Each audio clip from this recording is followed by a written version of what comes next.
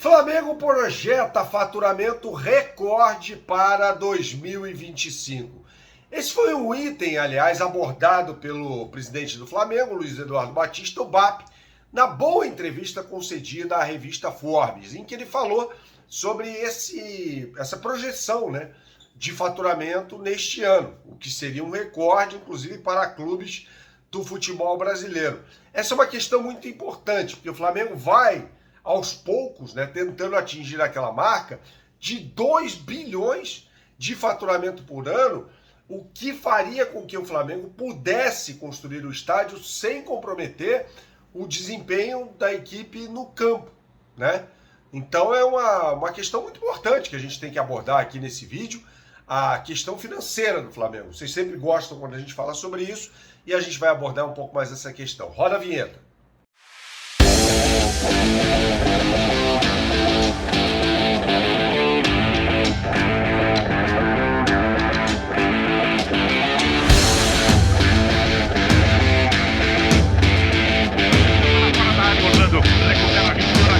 Tentou dar o contrapé, bateu no zagueiro, voltou para aqui, inventou, é gol! Salve, salve pessoal, seja bem-vindo ao canal, inscreva-se por aqui caso você não seja inscrito, deixe o like neste vídeo, é muito importante que você faça isso, até para ajudar o canal a crescer. Estamos com 128 mil inscritos e a gente vai abordar nesse vídeo a questão financeira do Flamengo, essa projeção que significaria um recorde de faturamento. E principalmente o BAP falou nessa entrevista à Forbes, não só sobre essa previsão orçamentária para 2025, como também em relação ao controle da dívida, que está absolutamente controlada. Então, assim, houve um problema na transição da gestão passada, Rodolfo Landim, para essa gestão do BAP, de fluxo de caixa, porque foram feitas várias contratações a reboque no final da temporada passada. O Flamengo gastou dinheiro para trazer o Alcaraz, o Plata. Então, houve uma recuperação disso aí, o que é fundamental para o Flamengo. Vamos falar mais sobre isso nesse vídeo, que tem um oferecimento da BandBet. E atenção, você que gosta de fazer a sua fezinha, não conhece o site bandbet.bet.br, meu camarada? Então, você não sabe o que está perdendo. Acesse agora o site bandbet.bet.br, faça o seu cadastro e quando você o fizer, você terá acesso às melhores oportunidades do mercado e tem muita coisa legal nesta quinta-feira. Bom, tem a estreia do Carlo Ancelotti na seleção brasileira, a equipe enfrenta o Equador em Guayaquil às 8 horas da noite no horário de Brasília e claro que tem BandBet Multiplica já na capa do site, com combinadas e odds exclusivas para você que você não vai achar em nenhum outro lugar.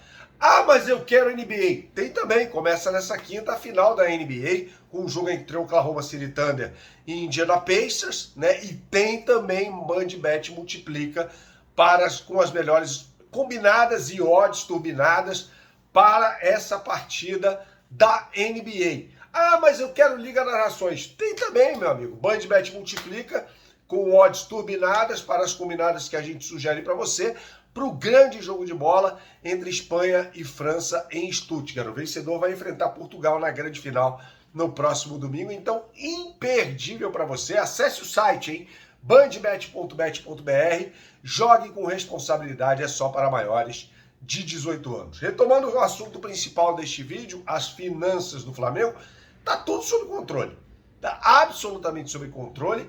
E à medida que o clube vai faturando mais e controlando a dívida, isso significa mais dinheiro em caixa, e aí o fluxo de caixa melhora. Não adianta, por exemplo, você fazer como o Corinthians, que aumenta a sua arrecadação, mas aumenta a dívida.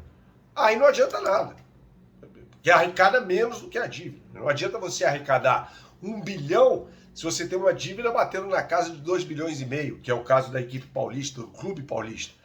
Então você tem um desequilíbrio aí nas contas, e a gente vê isso acontecendo com o Corinthians. No Flamengo é o oposto dessa situação, porque o Flamengo vê a sua receita, o seu faturamento aumentar, esse faturamento não significa lucro, tá pessoal? Faturamento bruto, 1,5 bilhão, essa é a projeção para 2025, você vê o seu faturamento aumentar e ao mesmo tempo você controla a sua dívida.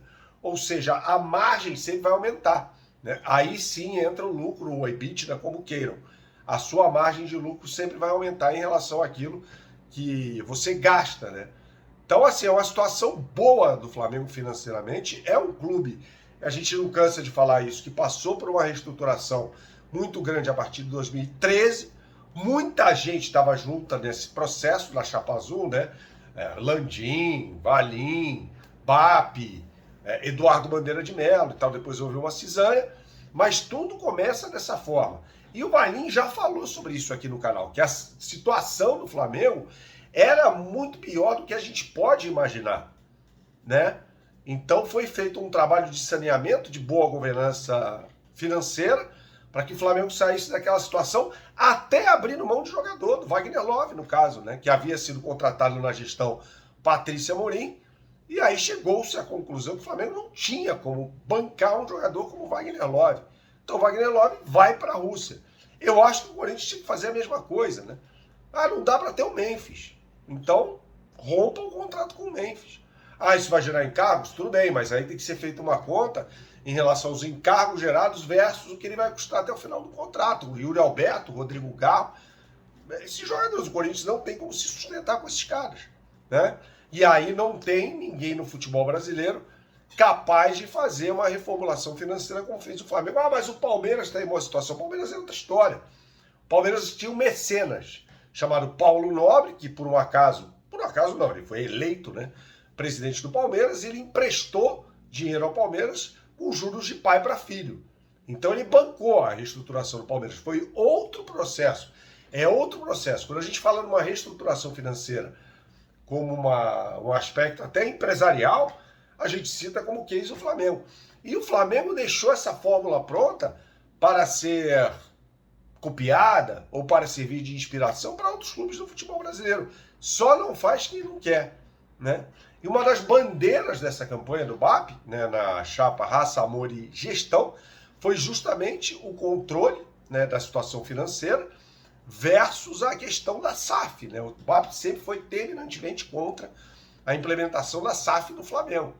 E não se faz necessário. E você vê outros clubes adotando esse sistema, mas os donos tomando medidas muitas vezes impopulares. Veja o caso do Botafogo, por exemplo. Estou ouvindo o pessoal falar assim, não, o Botafogo está fazendo um movimento semelhante ao de 2024, trazendo Álvaro Montoro, podendo trazer Joaquim Corrêa. Não, o Botafogo está passando por outro desmanche. O Botafogo está perdendo mais jogadores do que trazendo. Estão saindo o Igor Jesus, esse já fora, Cuiabano, Jair, o Gregory pode sair também. Estão chegando 2. E o Botafogo tem um dono. Essa é a questão da SAF. Tem um dono que ele faz o que bem entender. Ele é dono. Não existe cenário de SAF em que o camarada vai botar dinheiro lá e deixar a gestão do futebol do clube com terceiros. Não. Se ele está botando dinheiro, ele vai querer investir nisso. Tá bom, pessoal? Saudações, até a próxima e tchau, tchau.